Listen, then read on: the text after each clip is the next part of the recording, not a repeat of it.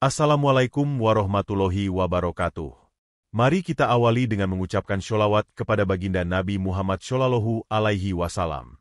Semoga syafaat beliau menyertai kita semua. Jangan lupa untuk menekan tombol subscribe agar tidak ketinggalan kisah-kisah penuh hikmah di channel Langkah Kisah. Pernahkah kamu membayangkan seorang gadis remaja berangkat kerja ke luar negeri, namun pulang dengan kondisi tubuh lemah dan ginjal yang telah hilang? Bagaimana jika itu adalah adikmu sendiri? Dan bagaimana jika pelakunya adalah seorang dokter yang seharusnya menyelamatkan, bukan menghancurkan hidup seseorang? Kisah ini bukan sekadar cerita, tapi cermin dari kenyataan gelap perdagangan manusia yang mengintai kita semua. Malam itu, angin berhembus pelan di balik rimbunnya hutan Kalimantan. Di sebuah gubuk kayu sederhana, seorang pemuda Dayak bernama Yuda duduk membungkuk di depan api unggun kecil. Tubuhnya berotot, bertelanjang dada, dan di tangan kanannya tergenggam sebilah mandau yang sedang ia asah perlahan. Sorot matanya tajam, penuh amarah yang dipendam. Terdengar suara lirih dari dalam gubuk, sebuah erangan pelan yang membuat Yuda segera berdiri. Ia masuk ke dalam dan mendapati adiknya, Lita, gadis remaja berusia 17 tahun, terbaring lemah di atas tikar. "Kak, aku haus," bisik Lita. Yuda segera menuangkan air dan membantu Lita duduk. Tapi yang membuat dadanya terasa sesak adalah luka jahitan yang menganga samar di bagian perut sang adik. Luka itu belum sepenuhnya kering, dan Lita tampak sangat pucat. "Apa yang terjadi di Kamboja, Dek? Kenapa tubuhmu seperti ini?" tanya Yuda dengan suara tercekat. Lita menahan tangis, lalu berkata pelan, Aku disuntik sebelum berangkat, katanya itu vitamin, tapi setelah di sana, aku dikurung, aku pingsan dan ketika sadar aku merasa sakit di sini." Ia menunjuk perutnya yang dijahit kasar. "Siapa yang suntik kamu?" desak Yuda. Matanya kini membara, tangan kirinya mengepal. Lita menggigit bibirnya, berusaha mengingat. "Namanya Dr. Raka. Dia yang periksa aku di klinik sebelum berangkat ke Kamboja." Yuda terdiam. Dalam kepalanya, nama itu terus bergema. Dr. Raka, seorang pria berpakaian rapi yang tega merenggut ginjal adiknya untuk dijual entah kemana. Malam itu, ia duduk kembali di depan api, namun kali ini mandau di tangannya bukan untuk diasah, melainkan untuk dipakai. "Aku bersumpah demi tanah leluhur, darahmu takkan mengalir sia-sia, Dek. Dokter itu harus bertanggung jawab." Di kejauhan, suara burung hantu bersahutan. Malam di pedalaman Kalimantan menjadi saksi bahwa dendam seorang kakak Dayak telah menyala. Pagi itu, Yuda menjejakkan kaki di kota Pontianak. Ia tak mengenakan pakaian adatnya, melainkan kaos polos dan celana lapangan. Rambutnya dikuncir rapi ke belakang, tapi mata tajam khas pemuda Dayak tak bisa disembunyikan. Di tangannya tergenggam catatan lusuh yang ditulis oleh Lita sebelum ia pingsan, alamat klinik tempat Dr. Raka pernah menyuntiknya. Ia berdiri di depan bangunan kecil bercat putih kusam. Pelangnya bertuliskan, Klinik Sehat Jaya, dan di bawahnya tertulis nama, Dr. Raka Pranoto. Jantung Yuda berdegup keras. Inilah tempatnya. Di dalam, seorang wanita muda berseragam menyambut.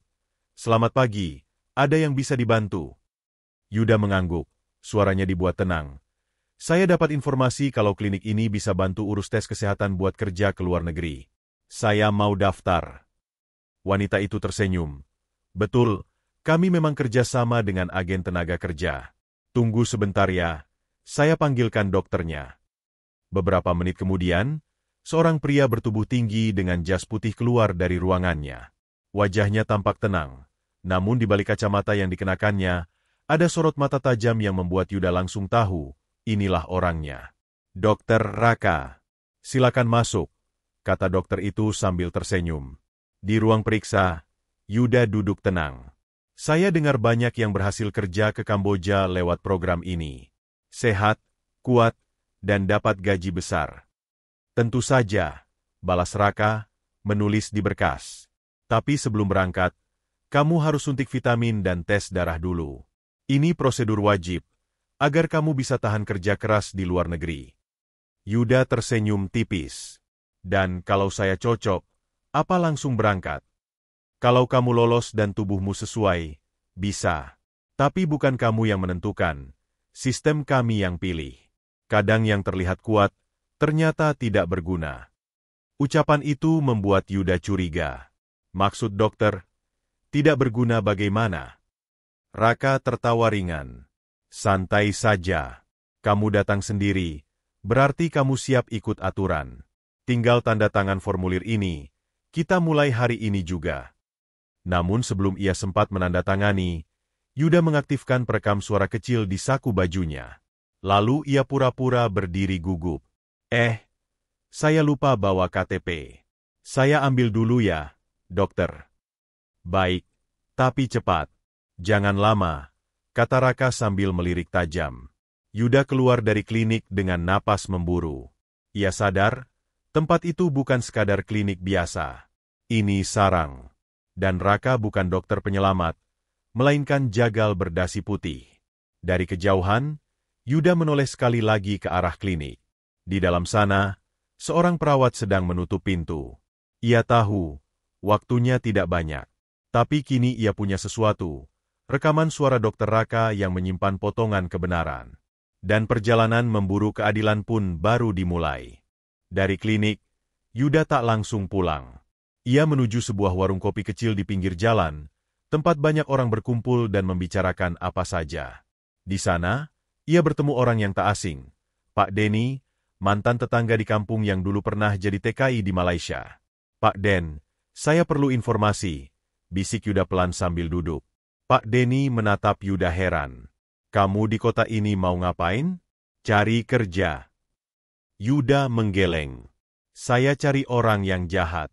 Orang yang bikin adik saya pulang tinggal separuh nyawa. Dokter yang kerja sama-sama agen penyalur TKI ke Kamboja. Pak Denny menghela napas berat. Ia menyesap kopinya, lalu menoleh kanan-kiri seolah takut didengar.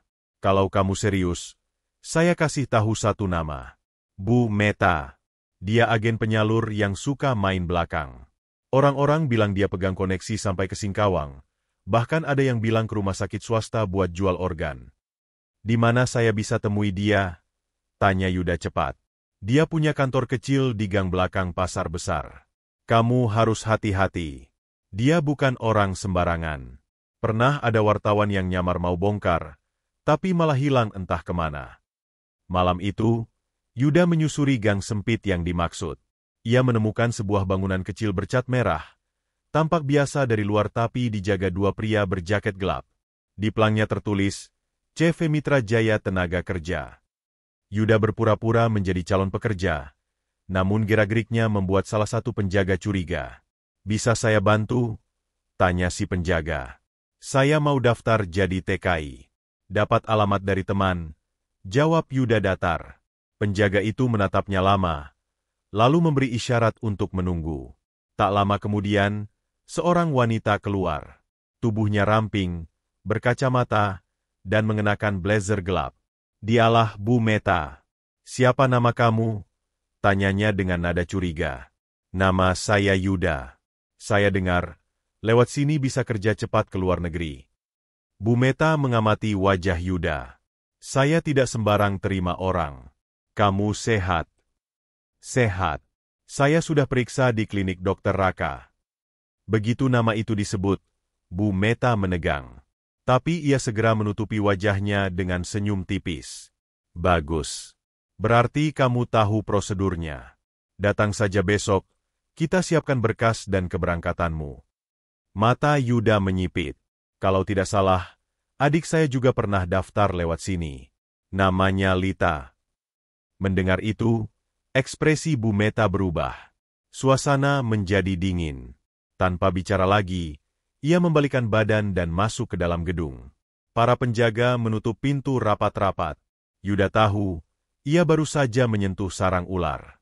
Malam itu, ia kembali ke penginapan. Di tangan kirinya, ada catatan nama dan alamat baru. Di tangannya yang lain, mandau warisan leluhur. Hatinya telah bulat. Semua nama di jaringan ini harus diungkap. Pagi berikutnya, Yuda menyiapkan rencana. Ia tahu, masuk ke jaringan Bu Meta bukan perkara mudah. Maka ia menciptakan identitas palsu, sebagai calon TKI tanpa keluarga, miskin, dan siap dikirim kapan saja. Ia menghubungi nomor di brosur yang didapat dari penjaga semalam. Halo, saya Yuda. Saya siap ikut program kerja ke luar negeri. Saya bisa berangkat kapan saja. Ucapnya dengan nada mantap. Datang ke kantor jam 2 siang. Bawa pakaian seperlunya. Nanti kamu dijemput dari sana. Jawab suara di ujung telepon, tanpa menyebutkan nama. Yuda mematikan sambungan dan langsung menghubungi seorang kenalan. Bagas, aktivis anti perdagangan manusia yang pernah viral membongkar sindikat organ di Batam. Lewat sinyal terenkripsi, Yuda mengirim rekaman suara Dr. Raka dan lokasi markas Bu Meta. Bagas, saya butuh bukti. Kalau saya bisa masuk lebih dalam, kamu siap backup? Tulis Yuda dalam pesan. Tak lama, balasan datang. Siap, kami pantau dari jauh. Tapi hati-hati, sindikat ini pernah mainkan aparat juga. Jam 2 siang, Yuda kembali ke kantor CV Mitra Jaya. Kali ini ia langsung diarahkan ke mobil hitam yang menunggu di ujung gang. Di dalam, dua pria berwajah kaku duduk diam, hanya berkata singkat, "Ikut saja, jangan banyak tanya." Mobil melaju ke arah luar kota, masuk ke jalan tanah berdebu. Setelah hampir 1 jam, mereka tiba di bangunan tua yang sepi, tampak seperti rumah singgah. Di sanalah, Yuda melihat beberapa perempuan muda duduk lemas, dengan koper kecil di sisi masing-masing. Beberapa dari mereka tampak ketakutan. Salah satu gadis berbisik lirih, "Kamu baru ya? Kalau bisa kabur, kabur aja. Ini bukan tempat yang kamu kira." Yuda menelan ludah. Rasa marahnya mendidih, tapi ia tahan. Ia harus lihat siapa yang memimpin tempat ini. Tak lama, sebuah mobil lain tiba. Dari dalamnya keluar Dr. Raka, kini tanpa jas putih, hanya kaos dan jaket hitam. Di belakangnya, Bu Meta berjalan sambil bicara lewat telepon. "Yang cowok itu, ambil darahnya dulu. Kalau hasilnya bagus, kirim besok malam," ujar Meta pada Raka sambil menunjuk ke arah Yuda. Yuda berpura-pura bingung. "Kenapa tes darah lagi?" Dr. Raka tertawa kecil. "Prosedur biasa. Kita harus tahu mana yang berguna, mana yang tidak." Yuda menahan amarahnya. Di saat dokter itu mendekat dengan alat suntik, Yuda bergerak cepat. Ia menghentakkan kaki, menjatuhkan meja besi, dan menarik mandau kecil yang ia sembunyikan di ikat pinggangnya. "Berhenti!" teriaknya. "Saya tahu apa yang kalian lakukan. Kalian ambil ginjal adik saya, Lita." Semua orang terdiam. Gadis-gadis menatap dengan wajah takut. Dokter Raka mundur beberapa langkah. Wajahnya pucat. Bu Meta berteriak, "Tangkap dia!" Namun sebelum orang-orang itu bergerak, lampu depan rumah menyala terang. Sirene berbunyi dari kejauhan. Bagas dan tim aktivis, bersama aparat yang sudah disiapkan, muncul dari balik pepohonan. Semua tangan di atas. "Kalian ditangkap atas perdagangan manusia dan organ ilegal," teriak salah satu petugas. Yuda berdiri tegak. Matanya tak lepas dari wajah Dr. Raka yang kini panik, dan Bu Meta yang meronta saat diborgol. Ia telah memancing mereka keluar dari sarangnya. Dan kini, giliran keadilan yang bicara. Sore itu, udara di kantor polisi begitu pengap. Yuda duduk diam di depan kaca ruang interogasi. Di dalamnya, duduk dua orang yang paling ingin ia hancurkan, Bu Meta dan Dr. Raka. Tangan mereka terborgol, wajah lelah dan penuh kecemasan. Namun ada satu hal yang membuat Yuda tak bisa memalingkan mata. Sebuah amplop di meja, berisi dokumen hasil investigasi dari aktivis Bagas. "Kau pikir bisa sembunyi terus?"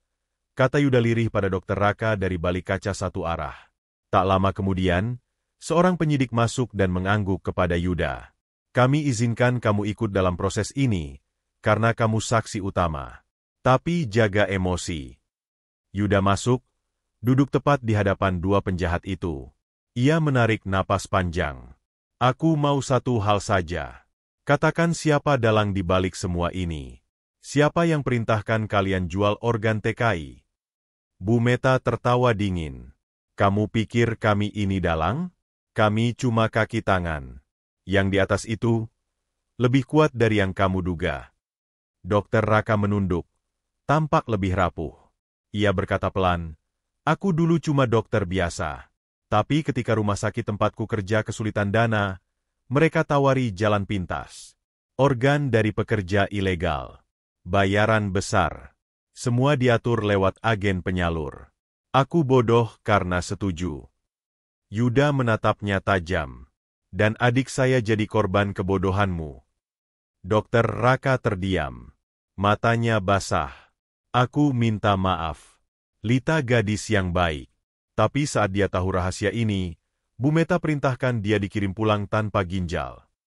Bu Meta menggebrak meja. Diam. Kamu pikir minta maaf cukup? Yuda menahan amarah. Tangannya mengepal. Tapi ia tak melompat dari kursi. Ia ingin semua terekam. Semua jadi bukti. Penyidik menutup sesi interogasi dan memerintahkan pengamanan maksimal. Dalam perjalanan keluar, seorang polisi mendekat dan menyerahkan berkas tambahan. Kami temukan data penerima organ di luar negeri. Ada nama-nama rumah sakit, termasuk satu di Bangkok dan satu lagi di Phnom Penh. Ini lebih besar dari dugaan awal. Malam itu, Yuda duduk di kamar kecil milik Bagas. Ia membaca dokumen-dokumen itu satu persatu. Di salah satu daftar pasien, ia menemukan catatan, penerima ginjal 17A, wanita donor tanpa identitas, Kamboja, kode L17. Air matanya mengalir. Kode itu milik Lita. Bukti itu lengkap. Ia tahu apa yang harus dilakukan berikutnya. Bagas, gumamnya. Kita belum selesai. Kita harus ke Kamboja. Bongkar semua sampai ke akar. Bagas menepuk bahunya. Aku ikut. Dan aku bawa tim. Langit malam di luar jendela tampak gelap. Tapi bagi Yuda, ini baru fajar dari perlawanan panjang. Pesawat komersial mendarat mulus di Bandara Internasional Phnom Penh, Kamboja. Di dalamnya, Yuda duduk dengan wajah kaku. Hatinya berdegup cepat. Ia, Bagas, dan dua aktivis lokal telah menyusun rencana matang untuk membongkar siapa penerima ginjal Lita dan siapa dalang besar di balik sindikat ini. Rumah sakit pertama yang kita selidiki ada di kawasan Cham Karmon, bisik Bagas sambil menyerahkan peta kecil. Mereka menyamar sebagai relawan medis dari organisasi kemanusiaan. Nama rumah sakit itu adalah Fong Chai General Hospital, fasilitas megah yang ternyata banyak digunakan oleh warga asing berduit untuk transplantasi kilat. Yuda berdiri di lorong bangsal sambil menatap daftar pasien di meja resepsionis. Di sana, matanya menangkap nama yang langsung membuat darahnya mendidih. Stephanie Lau, pasien ginjal, kode L17. Ia menoleh ke Bagas. Itu ginjal adikku. Bagas mengangguk pelan. Berarti dia yang menerima. Tapi kita belum tahu apakah dia tahu ginjal itu hasil perdagangan manusia. Mereka naik ke lantai 3. Di sana, mereka menemui Stephanie, wanita parubaya keturunan Asia Timur, yang duduk di kursi roda sambil membaca buku. Matanya terangkat saat melihat Yuda. Ya, ada yang bisa saya bantu. Kami dari organisasi donor internasional.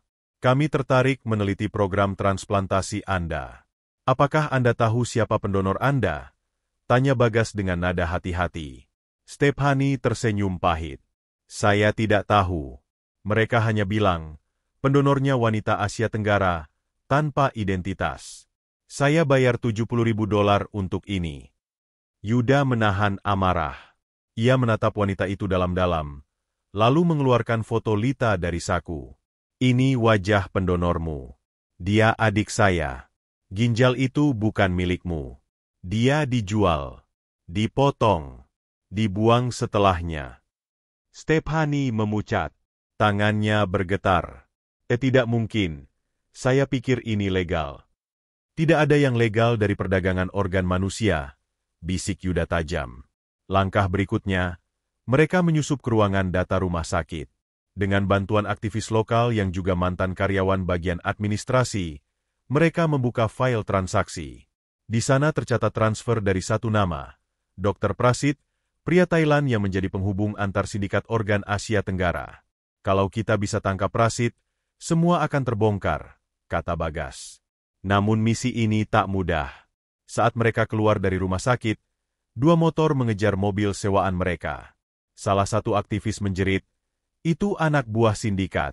Kita dibuntuti. Mobil meliuk tajam, menembus ganggang kecil Phnom Penh. Tembakan meletus dari belakang. Yuda menggertakkan gigi. Mereka sudah tahu kita datang. Ini sudah perang terbuka. Setelah sempat kehilangan jejak, mereka tiba di tempat aman, markas aktivis HAM lokal. Di sana, Yuda menatap peta Asia Tenggara. Di tengahnya, tertulis satu titik merah, Chiang Mai, Thailand, markas Dr. Prasit. Perjalanan belum selesai, ucapnya lirih. Aku akan tangkap orang yang memperdagangkan ginjal adikku dengan tanganku sendiri. Udara Chiang Mai terasa lembab pagi itu. Di tengah hiruk-pikuk kota wisata Thailand bagian utara, Yuda berdiri bersama Bagas dan 2 agen Interpol yang sudah mereka hubungi lewat jaringan aktivis internasional. Mereka berdiri di seberang sebuah klinik mewah bertuliskan Prasit Medical Center. Di dalam, ada Dr. Prasit, pria yang mencabik hidup banyak keluarga demi uang, ujar agen Interpol pelan. Kita hanya punya satu kesempatan. Dia sangat licik. Yuda menarik napas panjang. Ia mengenakan jaket gelap dan menyelipkan foto Lita ke dalam sakunya. Aku tidak akan gagal. Aku datang bukan sebagai korban. Aku datang sebagai kakak yang menagih keadilan. Operasi dilakukan secara senyap. Saat Dr. Prasit keluar menuju mobilnya, Yuda dan agen Interpol langsung menghadangnya. Dokter itu tampak terkejut, namun buru-buru menekan tombol di saku jasnya. Tiba-tiba 2 pria muncul dari dalam klinik dan mulai menembakkan senjata api ke udara. Agen Interpol merunduk dan membalas tembakan. Suasana berubah menjadi kacau. Yuda berlari mengejar Prasit yang mencoba kabur ke gang sempit. Mereka berdua sempat terjatuh di kubangan air got. Dalam desah nafas berat, Prasit bangkit, mencoba meraih pisau lipat dari saku. Namun sebelum sempat bergerak lebih jauh, Yuda menendang tangan dokter itu hingga pisau mental. Ia menindih tubuh kurus itu dan menghantam wajahnya. Ginjal adikku, hidupnya. Kau rampas semua itu, teriak Yuda dengan napas terengah. Prasit hanya tertawa kecil. Aku cuma dagang, yang salah itu dunia, yang rela bayar tinggi. Yuda memejamkan mata. Ia tak sanggup membunuh. Tapi ia ingin Prasit hidup cukup lama untuk melihat semua jaringannya runtuh. Tak lama kemudian, polisi Thailand datang dan memborgol dokter itu. Bagas datang dengan luka kecil di pelipis, lalu memeluk Yuda erat. Selesai, ucap Bagas lirih. Yuda menatap langit Chiang Mai. Belum. Kita bawa dia ke Indonesia. Biar semua korban tahu bahwa satu demi satu, pelaku akan jatuh. 2 minggu kemudian, di ruang sidang terbuka Jakarta, ratusan korban dan keluarga korban perdagangan organ menghadiri persidangan Dr. Prasit dan jaringannya, termasuk Dr. Raka dan Bu Meta. Lita duduk di kursi roda dengan tubuh masih lemah. Namun matanya berbinar saat melihat Yuda memberikan keterangan di hadapan hakim. Aku bukan siapa-siapa. Aku cuma pemuda Dayak. Tapi aku janji, siapapun yang menyakiti keluargaku, akan aku cari, aku kejar sampai ke ujung dunia. Tepuk tangan pecah di ruang sidang. Hakim memutus hukuman maksimal bagi seluruh terdakwa. Dan di luar gedung pengadilan, Yuda menatap langit sore yang tenang. Ia tahu, ini bukan akhir luka, tapi ini awal keadilan. Untuk Lita, untuk para TKW lain yang tak bersuara.